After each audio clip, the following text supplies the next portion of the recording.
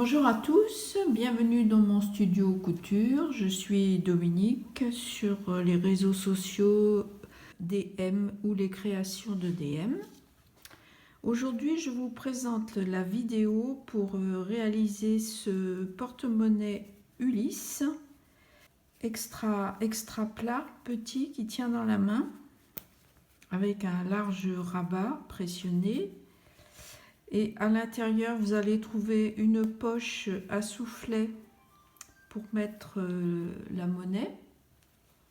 De l'autre côté, vous avez un porte-carte pour 1, 2, 3 cartes. En dessous, vous pouvez mettre votre carte d'identité par exemple. Et là, vous avez à l'arrière la poche à billets doublée pour mettre des billets ou alors les facturettes de vos cartes bleues. Donc je vous montre ça tout de suite. Celui-ci, il est passe-poilé au niveau du rabat. Mais sinon, c'est exactement le même modèle. Dans celui-ci, j'ai passe-poilé uniquement le rabat de la poche. Donc, comme d'habitude, vous téléchargez vos fichiers PDF et vous les ouvrez avec Adobe Acrobat Reader ou bien avec Aperçu si vous êtes sur Mac. Et le plus important, c'est de bien paramétrer votre imprimante sur 100% ou sans échelle et de vérifier que le carré de la première page des patrons fasse bien 1 cm. Donc j'ai taillé et entoilé les différents morceaux. Comme il y a pas mal de morceaux, moi je vous conseille d'écrire dessus au feutre effaçable évidemment le numéro ou la lettre de chaque pièce ou d'épingler un petit post-it pour vous y retrouver, surtout pour le tissu intérieur. Il y a plusieurs pièces qui se ressemblent. Donc on commence par le porte-carte. Donc c'est ce grand morceau que l'on va plier en suivant les dimensions du dessin. On va faire ici un premier pli à 10 cm du bord. Là on est sur l'envers, l'envers est vers soi. Donc un premier pli à 10 cm, donc je fais une marque au stylo et j'ai préparé des bristoles pour m'aider à bien faire les plis. Donc avec mon bristol, je viens faire le premier pli ici, un petit coup de fer pour bien le marquer. Donc après avoir fait le premier pli à 10 cm, je vais poser, comme c'est un tissu fin, c'est du Liberty, je vais poser le premier morceau d'entoilage bien le long du pli et je vais repasser.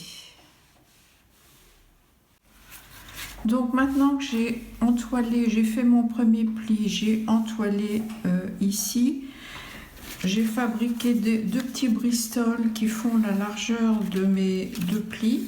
Ça va me simplifier le travail. Donc je vais me mettre sur l'endroit, ici le premier pli fait. Je pose mon bristol 6 cm et je fais un repli.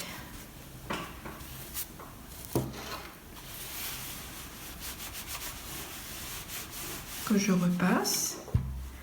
Dessus, je pose mon bristol de 4 cm et demi. Je vais l'aligner en haut du pli. Je maintiens mon bristol et je replie mon tissu vers le haut. Je l'aligne bien sur les côtés et je repasse. Mon deuxième pli est fait. Je reprends en dessous mon bristol de 6 cm. Je l'aligne en bas sur le deuxième pli et je replie.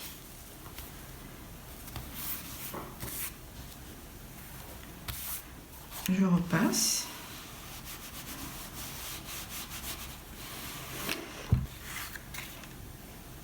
J'en profite. Ici, j'ai mon pli de 6 cm pour poser mon entoilage.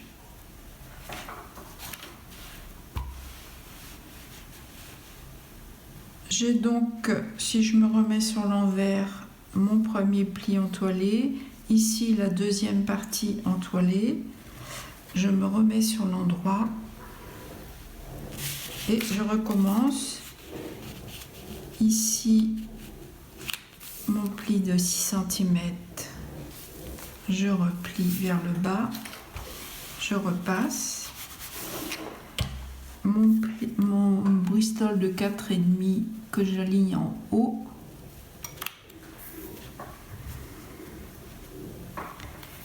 Je repasse vers le bas. Je vais enlever les Bristol pour que vous puissiez voir. On voit déjà les plis qui se forment.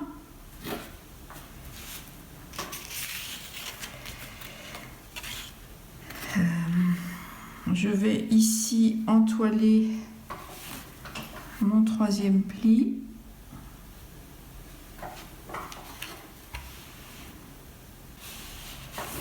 Donc sur l'endroit, on voit bien les 3 plis qui se forment. On voit bien là les 3 plis de 6 cm qui sont entoilés. Je vais reformer mes plis sur l'endroit.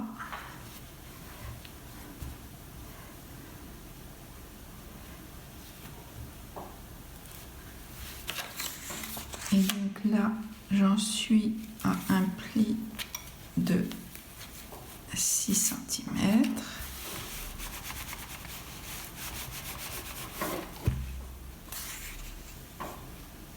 Et un dernier pli à 4,5.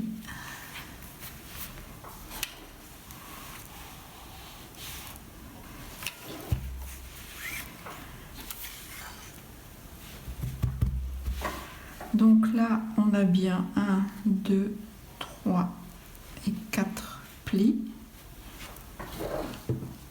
Si je regarde sur l'envers, ça donne ça. 10 cm, 6 cm, 4,5, 6, 4,5, 6, 4,5 et un reste. Je vais venir surpiquer les bords de chaque pli pour bien les maintenir. Je vais faire une petite surpiqûre à 2 mm, ici une petite surpiqûre à 2 mm, ici et ici. Une fois surpiqué, bien repassé, je vais maintenant recouper ce porte-carte pour qu'il soit aux bonnes dimensions.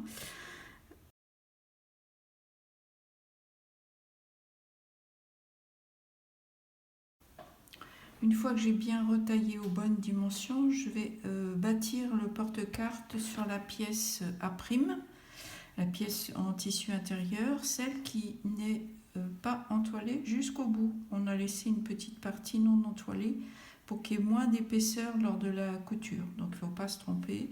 Donc on pose le porte-carte sur la partie qui n'est pas entoilée jusqu'au bout.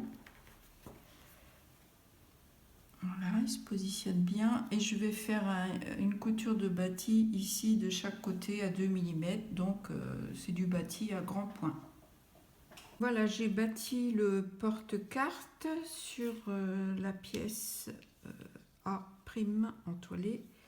Donc vous pouvez voir que chaque carte trouvera bien son emplacement ici, ainsi que la carte d'identité. Pour la poche à soufflet, j'ai donc cousu endroit contre endroit la pièce C et la pièce C'. J'ai retourné, j'ai repassé et j'ai surpiqué le haut de la poche. Maintenant, je vais dessiner des lignes verticales pour repérer les plis. Donc là, il faut suivre le schéma qui est sur le tuto.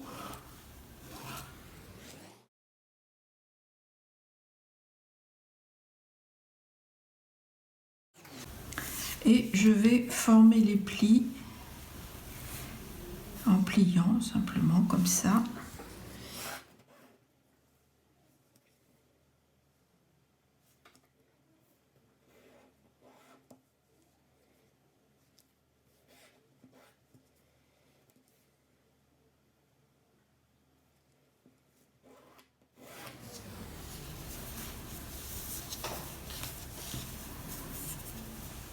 Je vais donner un petit coup de fer et ensuite je viens surpiquer le bord supérieur des deux plis. Voilà ce que ça donne sur l'envers et sur l'endroit avec mes deux surpiqûres. Donc maintenant je vais poser cette poche sur le fond de poche de l'autre côté du porte-carte. Auparavant, je vais repérer le milieu de ma pièce en faisant deux petits crans. Je vais tracer une ligne à 1,5 cm du milieu. Ça, ce sera pour la pose du rabat.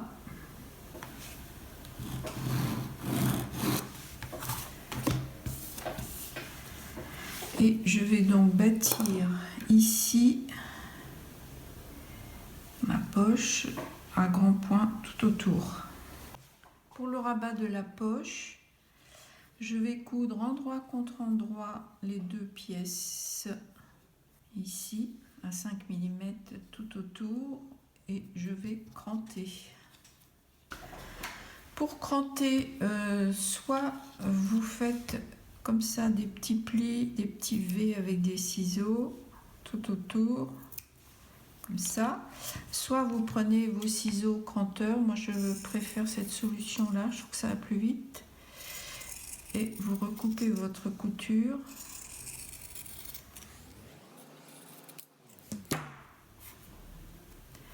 Vous allez retourner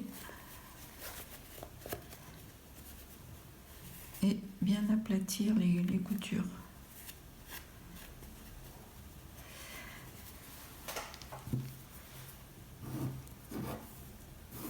On va surpiquer le rabat à 5 mm tout autour. Voilà, mon rabat est terminé. Je vais repérer son milieu en faisant une toute petite encoche. Voilà, j'ai bien recoupé tous mes fils au bord et je vais pouvoir le poser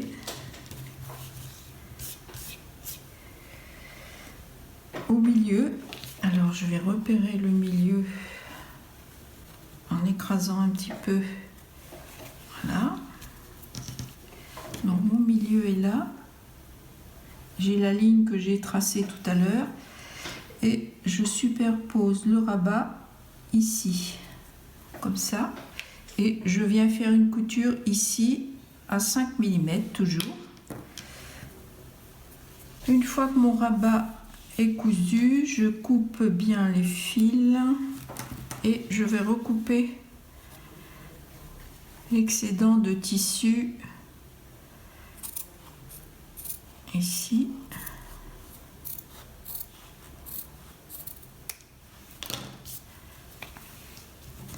Je vais rabattre mon rabat et je fais une autre couture ici à 5 mm. Voilà la surpiqûre qui maintient le rabat et qui fait qu'on voit, elle cache la première couture qu'on a faite. Donc maintenant on va repérer l'emplacement de la pression.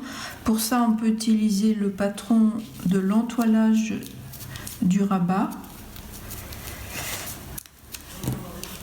et tracer le milieu.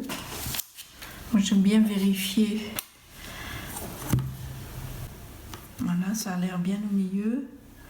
Et là je vais poser une pression une pression cam plastique ou une pression métallique, comme vous avez envie. Personnellement, je n'aime pas trop les pressions cam en plastique. Bon, elles existent dans des tas de couleurs, ça c'est sympa, mais je trouve que à l'usage, elles sont moins résistantes que des pressions métalliques. Mais ça, c'est affaire de goût. Donc, en fonction de la pression que vous allez mettre, reportez-vous au mode d'emploi.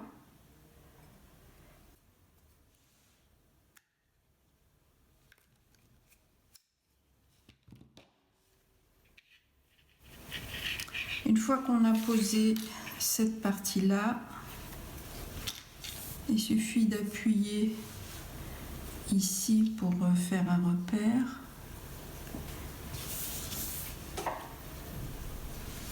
Donc, pas se tromper de sens. On se met bien sur son repère.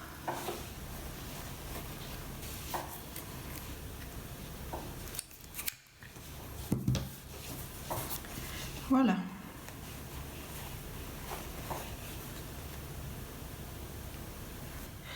Maintenant, on va s'occuper de la poche à billets, c'est-à-dire la poche qui va être derrière. On prend les pièces F et G. Alors, la pièce F, c'est celle-ci. Et la pièce G. Non, la pièce G fait la même largeur, mais elle est moins haute. Donc on pose la pièce G ici sur cet ensemble. En haut, on aligne les bords du haut. Et on va venir faire une couture ici tout le long à 5 mm. Voilà, j'ai cousu ma pièce G, retournée, bien aplatie au fer, et je vais replier. Là, il faut que je mette du fer parce qu'il y a toutes les épaisseurs du porte-carte. Et je vais venir faire une surpiqûre ici à 2 mm tout le long. Alors maintenant que ma surpiqûre est faite, je vais aligner cette pièce sur la pièce F, qui est donc plus grande. Alors attention, j'aligne la pièce F et la pièce G ensemble, comme ça.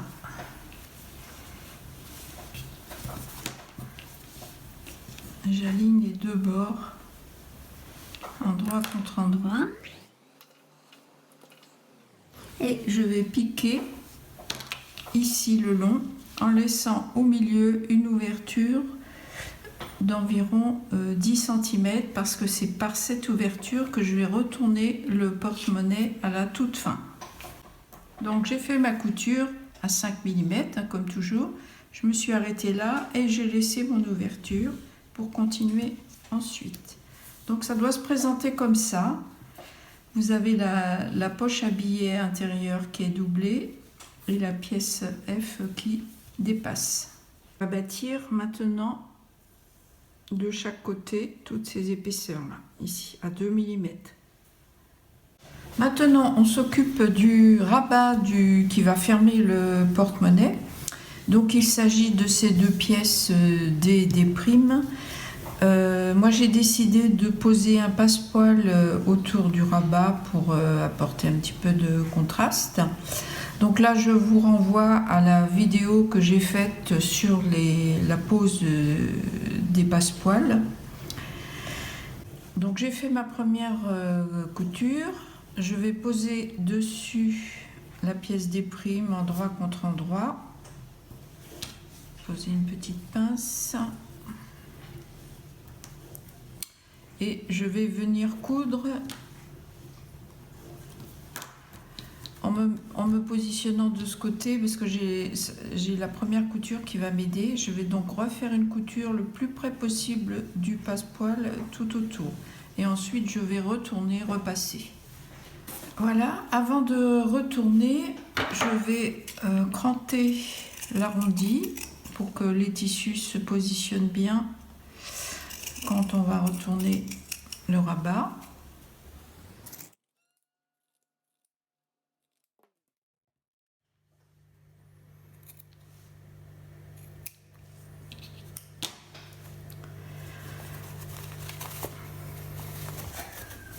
On retourne et là on vérifie que la couture ait bien été faite au ras du passepoil. Là ça a l'air bon. Et je vais bien repasser. Alors là on peut faire, si on veut, une autre surpiqûre tout autour. Moi je vais le laisser comme ça. Pour positionner le rabat sur la pièce A entoilée, j'ai tracé les repères, hein, selon, vous avez les dimensions dans le tuto. J'ai tracé le milieu et je vais là repérer le milieu du rabat. Je coupe bien tous les fils qui dépassent. Et de la même façon que tout à l'heure, je vais venir positionner mon rabat ici, milieu sur milieu, comme ceci, et je vais faire une couture à 5 mm. Voilà, comme tout à l'heure, je vais recouper mon tissu à 2-3 mm.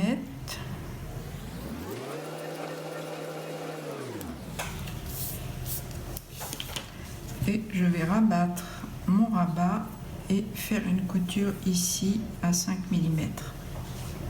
Voilà, la couture du rabat est faite et on ne voit pas en dessous la première couture. Donc maintenant je vais positionner de l'autre côté la pression métallique ou la pression carme en fonction de ce que vous voulez mettre.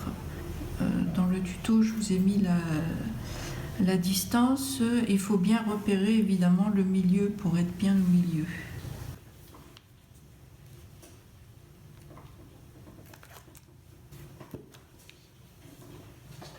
Pour le montage final du portefeuille, du porte-monnaie, on épingle temporairement le rabat pour pas qu'il nous gêne. Voilà, et on va poser dessus endroit contre endroit cette partie-là. Donc attention au sens, le rabat du porte-monnaie est contre la poche à soufflet. Donc c'est comme ça. Le rabat est contre la poche à soufflet. Que je vais fermer d'ailleurs. Voilà. Et donc là, on va mettre des pinces tout autour.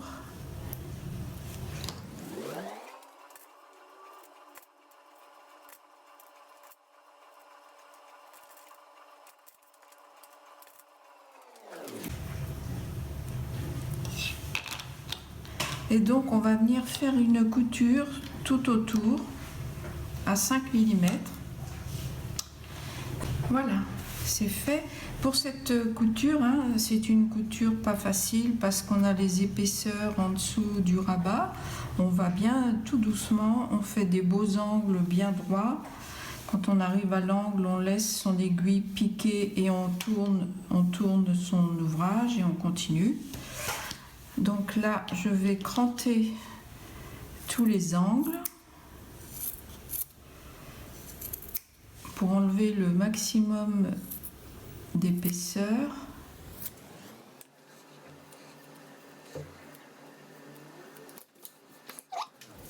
Et donc là, on a notre ouverture. On va retourner par l'ouverture. On fait bien ressortir chaque angle, donc je mets mon doigt dans l'angle et je le repousse au maximum.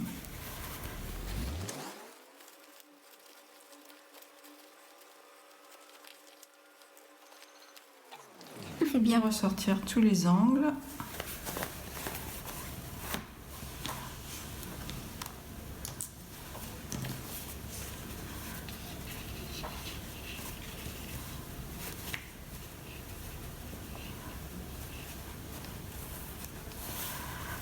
On va donner un bon coup de fer. fois bien repassé, voilà ce que ça donne. Il a sa forme définitive, comme ceci. Donc la poche est bien, l'ouverture est là. On va venir faire, pour maintenir le haut et le renforcer, on va venir faire une surpiqûre ici tout le long, à 2-3 mm, en se positionnant comme ça, en soulevant le porte-carte, en commençant là et en finissant là. Voilà, surpiqûre. Maintenant, il reste à fermer l'ouverture. Donc il faut le retourner délicatement et le fermer cette ouverture. Le plus simple, c'est de le faire à la main quand même, en retournant les bords et en épinglant à point glissé à la main.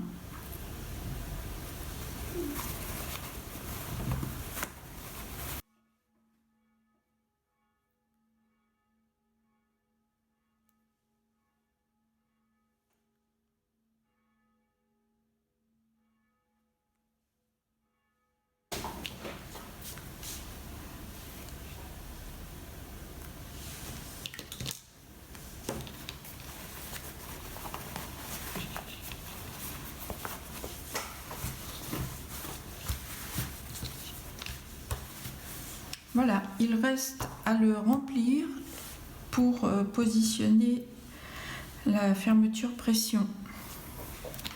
Voilà, une fois que vous l'avez rempli avec toutes vos affaires,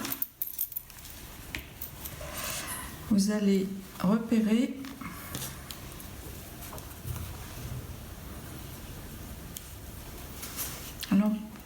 l'emplacement. Et là, je suis pas au milieu, hein.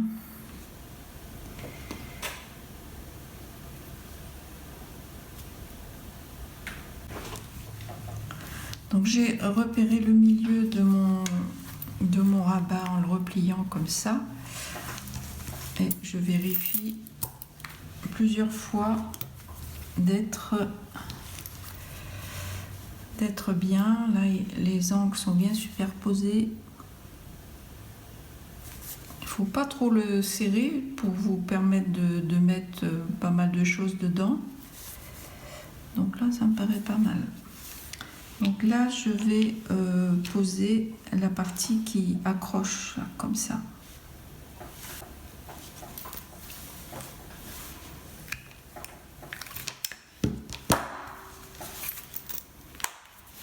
Voilà.